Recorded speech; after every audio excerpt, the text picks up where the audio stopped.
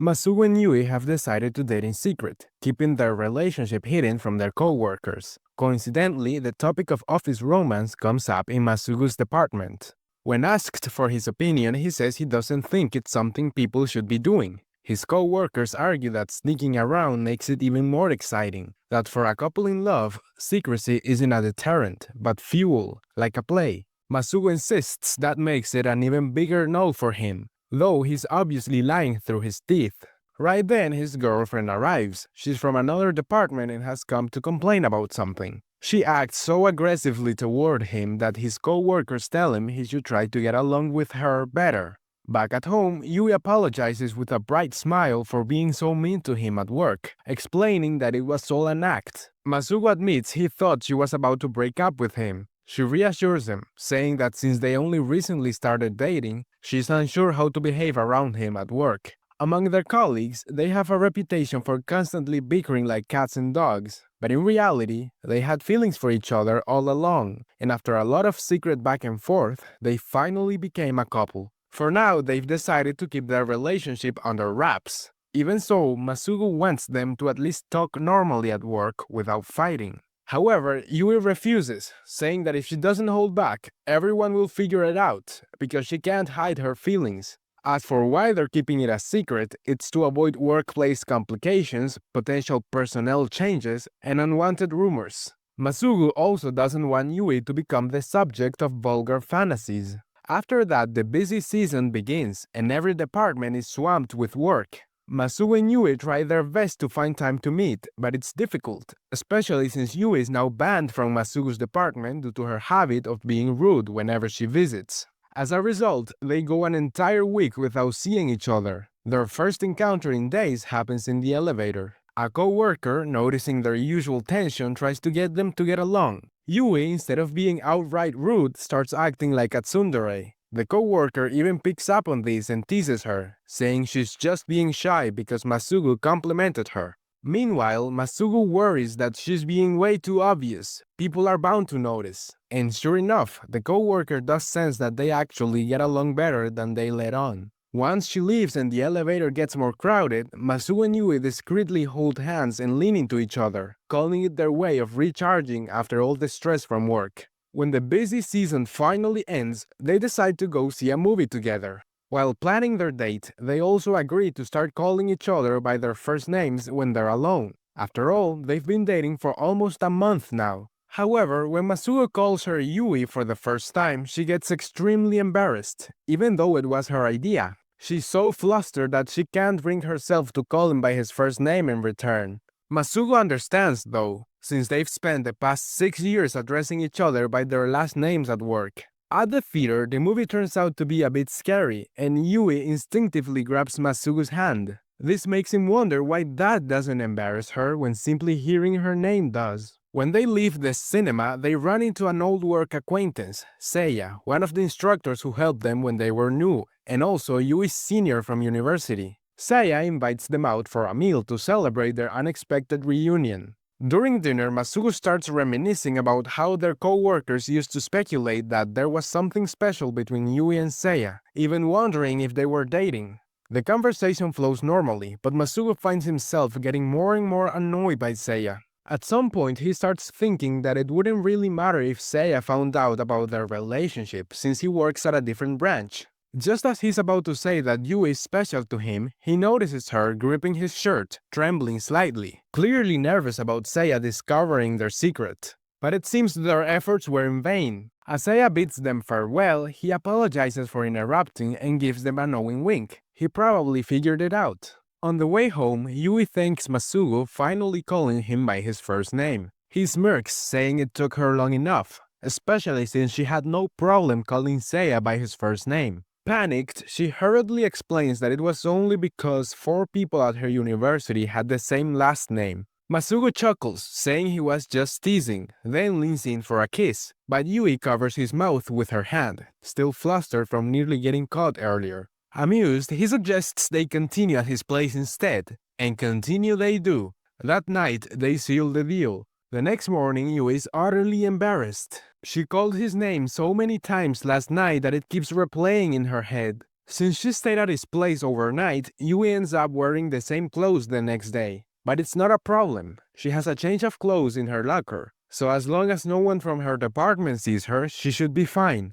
To be extra cautious, they decide to take different trains at the station. It turns out to be the right call, as Masugu runs into a co-worker on his train. She recently moved near that station. In the end, everything goes smoothly, and Yui manages to change before anyone notices. One day, they head to work separately as usual, but by chance they run into each other. They take it as a stroke of luck and are secretly happy, though they still pretend to dislike each other as always. Now, as of late, Yui has been busy with a long-term project in her department, so their interactions are brief. We see them meeting up a few times, going out for drinks at night or having dinner at Masugu's place. One evening after dinner, Yui gives him a shoulder massage. She's being especially considerate because she saw him doing some heavy lifting earlier that day and has been resisting the urge to touch him ever since. But she quickly adds that once she's done, it'll be his turn to return the favor. Several days later, one of Masugu's co-workers invites him and another girl out for drinks. He accepts since Yui had already told him she'd be going out with her co-workers as well. And what do you know? They all end up at the same place and decide to drink together. For some reason, Yui goes wild, drinking like there's no tomorrow. We learn that Yui has been trying to talk to a new transfer named Some, who recently joined her department. Since he's really shy, she wants to help him integrate, which is the only reason he agreed to come out that night.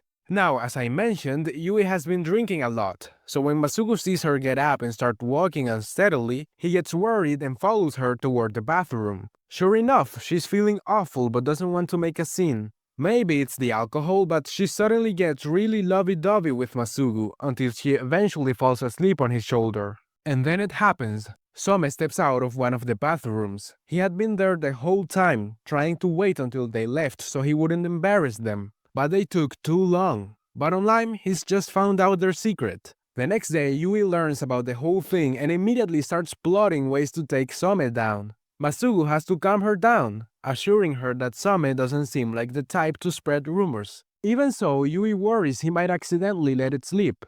Masugu reassures her once more before going to talk to Some himself. Masugu asks him to keep their relationship a secret. Some, confused, asks why they're even hiding it in the first place. It's not like office relationships are forbidden. Masugu explains that they want to keep their personal lives separate from their work selves. Some takes that to mean that since there's no guarantee they'll get married, a breakup could make things awkward if everyone knew.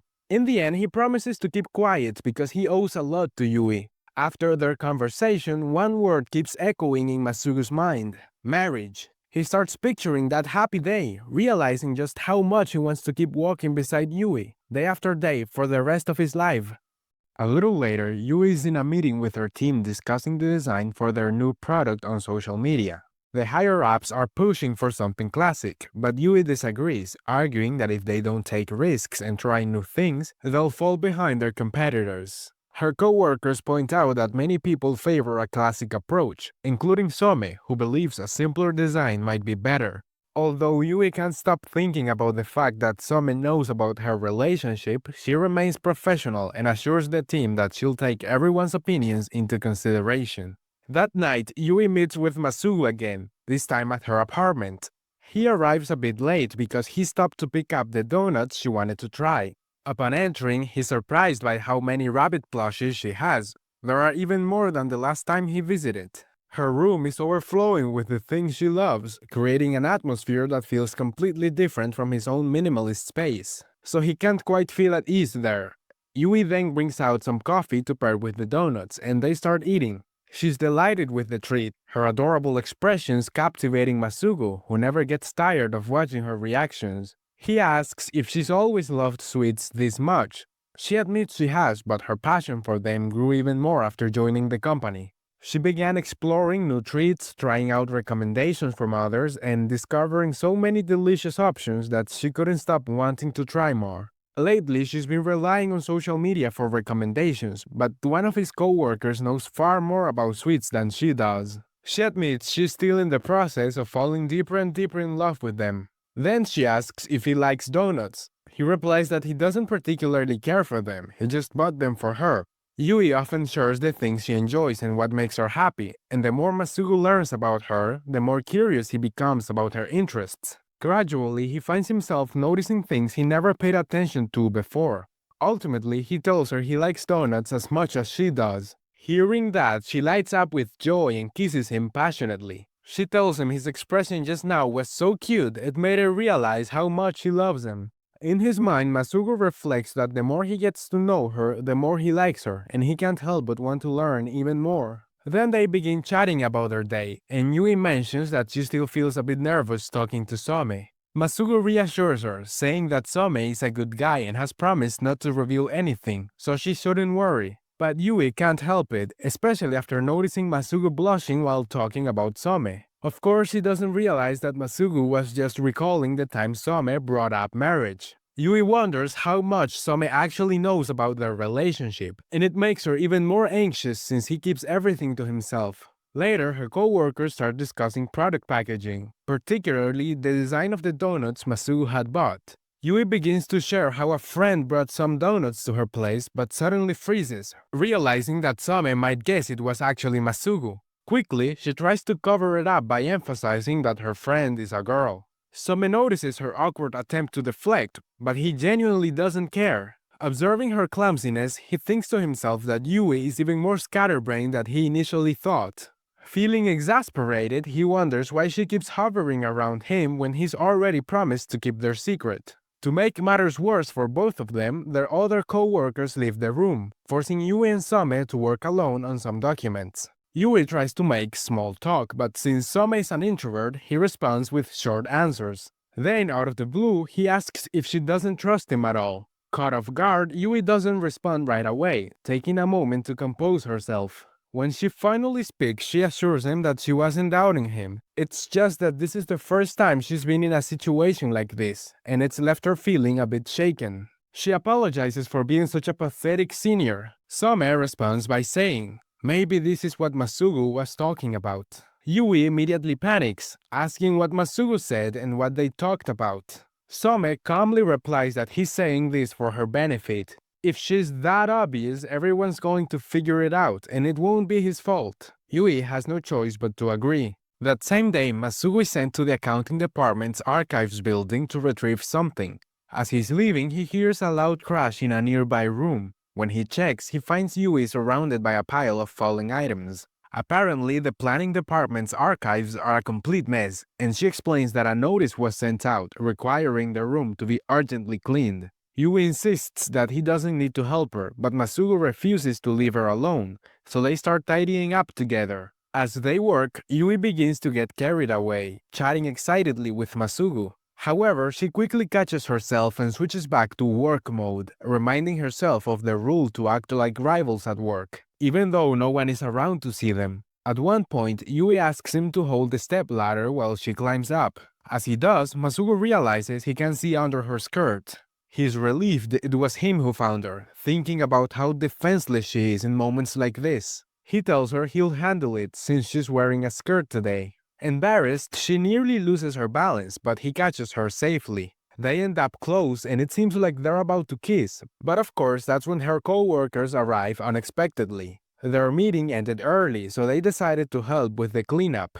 However, they don't find anyone because Masugu and Yui have hidden in the back. The co-workers begin looking for Yui, knowing she should be there. Masugu is desperate, silently wishing her co-workers would hurry up and leave, as there's no way to explain the compromising position they're in. He's also worried they might accidentally knock something over. He wonders if this situation is the consequence of getting too cocky at work. At that moment, for some reason, Yui tells him it's fine to move a bit closer, and he does. Meanwhile, her co-workers wonder whether Yui has already finished cleaning since everything seems tidied up. However, they notice the door was still unlocked. In the end, they conclude she must have left already and decide to head back to their department. Once they're alone again, Yui and Masugu reflect on the situation and agree that they need to stick to the rules, even when no one else is around. Several days later, one of Masugu's co-workers mentions she got tickets for 3 consecutive nights of baseball games. She says she has 7 tickets and invites people from Yui's department to join. Naturally, Masugu and Yui end up sitting together.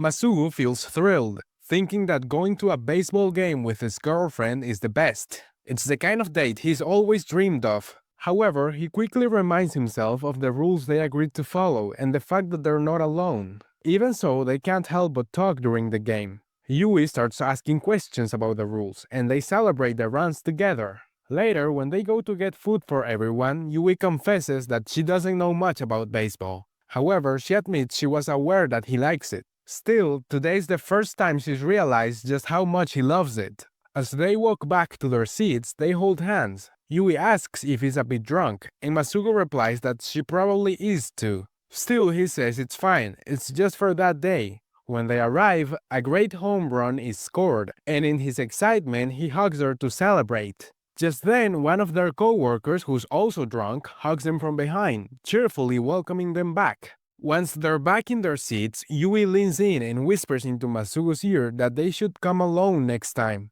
A while later, Yui and her friends are at a convenience store. The first sweets Yui developed are now on sale, and she's secretly watching to see if anyone buys them. However, at least for now, no one has. The focus then shifts to Some and Hayakawa, Masugo's co-worker who always invites everyone out. Both had planned to enjoy some time alone at a cafe and arrived separately. But when she called out to him, the waitress assumed they were together and seated them at the same table. Since neither of them wanted company, they now find themselves in an uncomfortable situation. Then we shift to Yui, who is searching for mentions of her product on social media, but once again finds nothing. Later, she meets with Masugo, who immediately asks if something is wrong, since she sounded down when they talked on the phone. However, she puts on a cheerful front. Meanwhile, Hayakawa apologizes to Some for making things awkward and tells him that once he's done eating, he's free to leave first. Despite normally avoiding small talk because it drains her, she makes an effort to start a conversation. However, Some simply tells her that her food is going to get cold. Annoyed, she points out that she was just trying to be kind. He reassures her that she doesn't need to force a conversation just because they're sharing a table. He prefers being alone at a cafe, and so does she. Hearing that, she decides she'll just get to work, which is the reason she came in the first place. After some time, she realizes he was right. Just sitting there with him is fine too. Eventually, he finishes his meal and says he'll be leaving first. Before going, he adds that even if it was just for a short while, he's glad she tried talking to him. Until now, he had only seen her as a terrible drunk. She asks if she was really that bad, and when he leaves, she smiles. Back at the office, Yu is checking for reviews of her product, and for the third time, she finds nothing. She also looks at the company's sales data and confirms that her product isn't selling well. Still, she's absolutely confident in its taste. She's sure things are just getting started. Then she overhears a conversation about another new product that's performing really well. She copes by thinking that it belongs to an established product line with a bigger advertising budget, while she's starting from scratch. The poor girl becomes so overwhelmed by her perceived failure that she snaps at a co-worker who keeps pushing chocolates on her despite her having already declined. The outburst shocks everyone, including herself. Even when she arrives at Masugo's apartment, she's still in a bad mood. It turns out she's frustrated because the section manager, who rarely assigns tasks, suddenly dumped a large amount of data entry work on her, right when she's desperately trying to come up with a promotional plan for her first product. But all anyone does is keep praising the existing product. Even her friends have already moved on, getting excited about other sweets. She insists that no one understands how good her product actually is. She knows it would sell well, she worked so hard on it. So why isn't it selling? She really doesn't want to say something that pathetic, but at this point, she's completely drained, frustrated, and confused. Masugo tells her that's just how things are. His department doesn't create products, but since accounting interacts with all departments, he knows that everyone feels the same way at some point. It's common for something you've poured your heart into to go unrecognized. Even so, he understands how hard she's trying. The people in her department surely wouldn't think her feelings are pathetic, so she should be more honest and express herself. The next day, she witnesses the first customers buying her product at the store, and she even tears up a little. She's really happy. Sometime later, during lunch, she overhears a group of girls talking about her boyfriend and how he has taught them many things about their work. At first, she's surprised, but she quickly composes herself to avoid giving anything away. It's a little embarrassing, but hearing people talk about him like that feels kinda nice. However, the conversation soon shifts to his looks, with the girls wishing he would transfer to their department. They even start wondering if he has a girlfriend, and in her mind, she immediately answers that he does. She's right there. Yui starts wondering if Masugu is actually popular with the ladies. Even her friends sitting with her begin commenting on what the girls were saying. One of them admits that she kind of gets where they're coming from and points out that Yui seems to get along pretty well with Masugu. Flustered, Yui quickly denies it. Then she finds herself thinking that all those gossiping girls are really cute, while she, on the other hand, is in terrible shape right now from all the work she's been doing. Lately, she's been feeling a little too comfortable around Masugu. She's been slacking off as a girlfriend and not paying much attention to her appearance. Thinking she needs to do something about it, she decides to take action. The next day, she shows up at his apartment looking unusually bright and put together. Masugu immediately notices something is off and asks why she's so quiet. Without hesitation, she tells him she's wearing special lingerie that day and asks if he wants to see. He admits that he does, but says he won't, because with the worried look on her face, he can't just make a move. If there's something on her mind, she should just say it. She finally confesses what's been bothering her, but he reassures her that he's definitely not popular with girls. She immediately disagrees, insisting that by her standards, he absolutely is. That's exactly why she needs to step up her game as his girlfriend. He says he appreciates the thought, but in the back of his mind, he can't help but think that he deals with the same thing all the time. After all, plenty of her male co-workers seem to like her too. He tells her that she doesn't need to force herself to be sexy or anything like that. He only has eyes for her, and honestly, he likes seeing her at ease more than anything. But his words rub her the wrong way, and without hesitation, she starts undressing, revealing the delicate baby doll she's wearing underneath. Before he can react, she kisses him passionately. She insists she's not forcing anything. She's going to make him eat his words. He should just leave everything to her. She won't let anyone else have him. He's all hers. So he lifts her onto the bed, trailing kisses down her belly as he admires the outfit she chose just for him. He tells her he wants to take a closer look. Of course, we're left to imagine the rest. This isn't a hentai after all. The next day at work, Yui finds herself zoning out, replaying the events of the night before in her mind. While riding the elevator, she ends up alongside the same group of girls who had been gossiping about Masugu.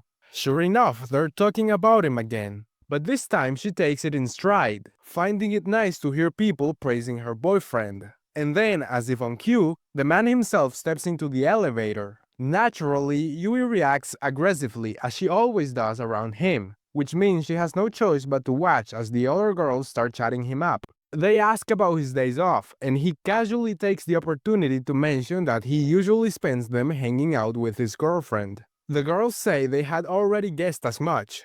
Once the elevator clears out, leaving just Yui and her friend remarks on Masugu having a girlfriend. Yui simply says that he is a good guy after all. Sometime later, summer break is approaching. Masugu's vacation starts the next day. Hayakawa, on the other hand, says she doesn't really have anything planned. Since everywhere is crowded during this season, she decided to take a longer break in the fall instead. Being single, she doesn't have to plan around anyone. Then she asks Masugu what he plans to do, leading to a flashback from a month ago. Our two main characters had been arguing over their vacation destination. They couldn't reach an agreement, making Masugu realize just how incompatible they were. Everyone at work said they were like cats and dogs. She complained that he always says the exact opposite of whatever she says. Once they had cooled down, he pointed out that their back and forth was part of the fun. In short, she wanted to go to the sea, while he preferred the mountains. Though he had to admit he was a little disappointed that if he got his way, he wouldn't get to see her in a swimsuit. She says that since this is their first trip together, she wants to do something special and make the most of it. It's their chance to go somewhere without worrying about being seen. Finally, he gives in and says he's fine with going wherever she wants. But she takes that the wrong way, saying it sounds like he's not excited about the trip at all. He reminds her that he literally just said he wants to enjoy a private hot spring with her.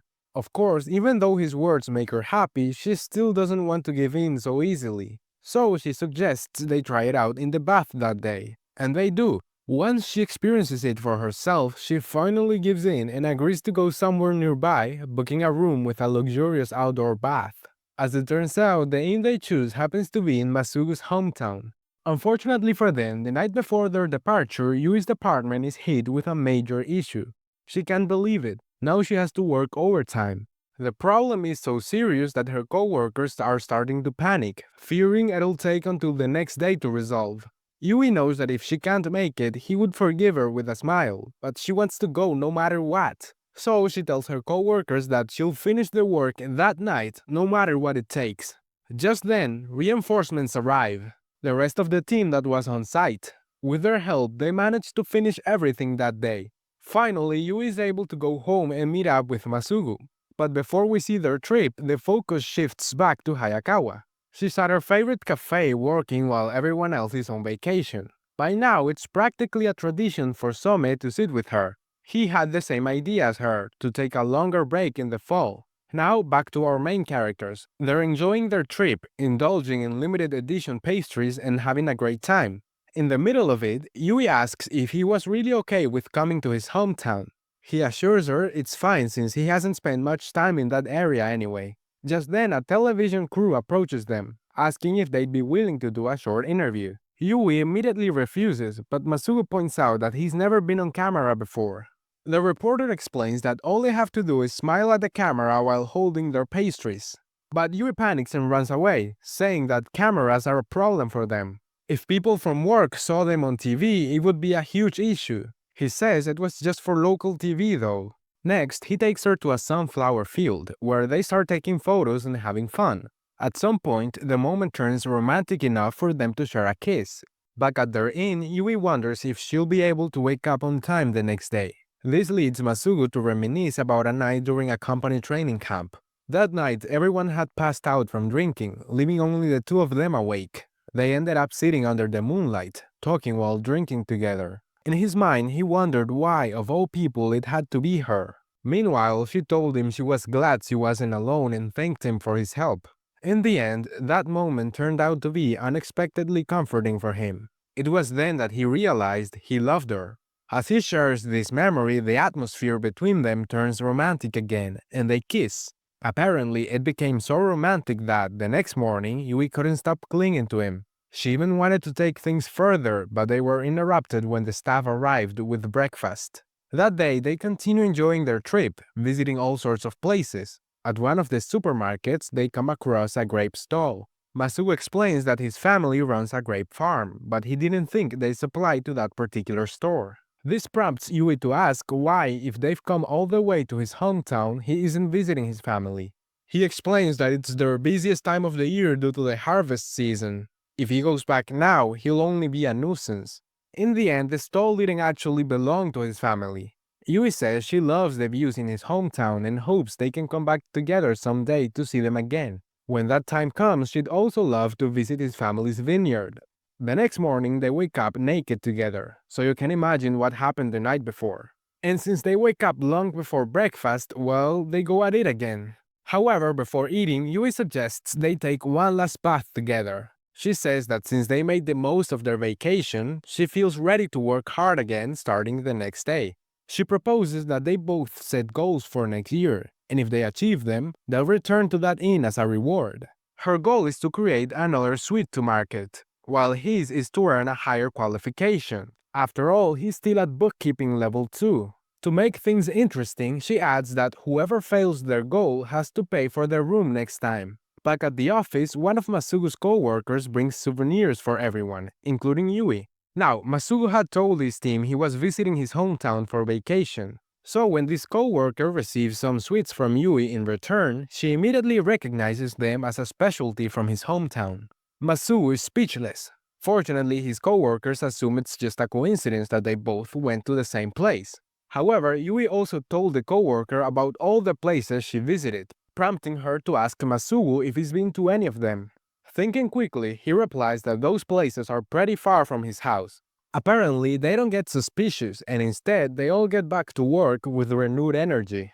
Sometime later, Masugu and Yui continue working together to achieve the goals they set. They regularly study and support each other along the way. Yu is starting over with marketing and has identified the issues in her previous product. Even so, it's frustrating that the sales haven't improved yet. She knows she'll have to move forward step by step, and her ideas keep piling up. Masugu is glad to see her looking much better than before. They are both motivating each other. The next day, Yuri presents her ideas to her boss. He acknowledges her efforts, saying she's done a good job, but there are still many areas that need improvement. She's happy to be making progress. However, she soon overhears a conversation about a coworker whose first product is performing exceptionally well. She finds it frustrating to hear about such a rare success when she's still struggling. Later, she attends a meeting with an important figure in the company who has come to streamline procedures in her department. At some point during the meeting, she ends up alone with him.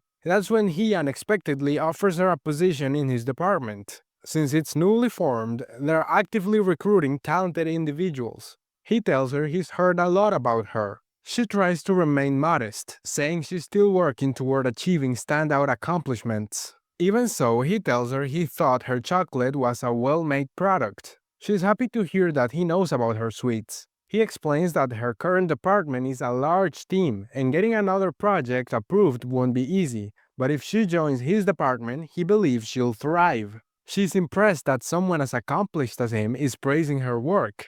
That same night, she and Masugu visit the new business department store brand, the very department that has invited her. While Masugu is happy that people are acknowledging her efforts, she doesn't seem as thrilled. Even as she tries the sweets from the store, something feels off. She explains that she hasn't fully processed everything that's happening. The director who extended the offer is on a completely different level, and it feels as if he's shattered the path she's been walking on and believing in beneath her feet. The more she learns about his department, the fresher and more exciting the opportunity sounds. It's a great chance for her, but her goal has always been to sell her own sweets within her current department. Can she really leave so easily? She keeps wondering what her coworkers would think. She's in the middle of so many unfinished projects with them, and if she leaves, the goal she set for their little competition would have to change, even though it was her idea in the first place. Masugu points out that her bad habit is showing again. She's overthinking. This is an important turning point for her, so she needs to focus on what she truly wants to do. He reassures her that he'll always be there to listen if she needs someone to talk to. The next day, she continues to dwell on it. Even though she knows she worries too much about what others think, she can't ignore the fact that it's been 6 years since she joined the company. Yet, many of her coworkers have already surpassed her in achieving their goals. And now she's being told to prioritize the team over her personal ambitions. There are so many hurdles to overcome, even as she makes steady progress. But things are finally starting to come together. If she joined the new department, would she be able to skip all those obstacles? A few days later, she receives an email from the director of the new department containing materials from their last study group. Seeing this, she realizes she needs to make a decision soon. Just then, a major issue arises. She's been so distracted that she hasn't been doing her job properly, leading to a well-deserved scolding. She feels like she's back to her early days at the company. Once again, she's reminded to prioritize the team. However, her coworkers step in to support her, which lifts her spirits. She's disappointed in herself. She's never made a mistake like that before. Right now, her mind is a mess, and she's doing a half-hearted job at everything. That same night, she goes straight to Masu's apartment and clings to him, asking him to help her forget everything. Of course, it's obvious what she means by that. Afterwards, she starts venting. She admits that she was so caught up in her responsibilities and position, trying to maintain a good image, that when her project didn't progress, she used that as an excuse. Then she made a stupid mistake and ended up causing trouble for everyone. At this rate, she feels like it wouldn't make a difference where she works. Masugu doesn't say much. He simply tells her that he's there to listen, so she doesn't need to hold back. It's okay, he reassures her. She's thinking for herself and still moving forward. Later that night, as he's walking her home, she realizes that even though her mind was in complete turmoil earlier, when she's with him, she can relax, and everything becomes clearer. Masugu tells her that he's never transferred apartments, so he doesn't know what the right answer is. But if she ever feels hopeless like that day, she can always come to him. The next day, the director shows up again and asks if she has thought about his proposal. There's another department study group next week, and if she's interested, she should join them. In the end, he notices the proposal she's carrying, the one they told her needed revision, and tells her not to be afraid and just submit it. She gets a little annoyed at his careless words, feeling like he's not considering her feelings, but in the end, she submits it, even though the deadline has already passed. Bravely, she tells her boss that what she really wants is to take on her own projects rather than just working on team assignments. To her surprise, her boss says he'll hold on to her proposal for now and might have to adjust her workload.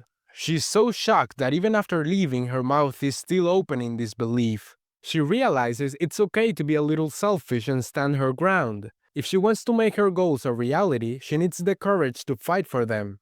Then she wonders if the director was actually trying to motivate her earlier. The next day, she calls the director to meet with her. First, she apologizes for her rudeness the day before, then informs him that she will have to decline the transfer offer. She wants to stay in the planning department and create her own suites. She hasn't accomplished anything in her department yet, and she doesn't want to abandon her goals halfway through. Even then, she asks for permission to participate in his department's study sessions. She knows she's asking for a lot, but thanks to him, she realized that she can't achieve anything unless she actively reaches for it herself. That's what she's been lacking all this time. The study session materials he sent her were amazing. If she joins the sessions, she's confident she'll be able to create a best-selling suite. That's why she wants to take advantage of his invitation.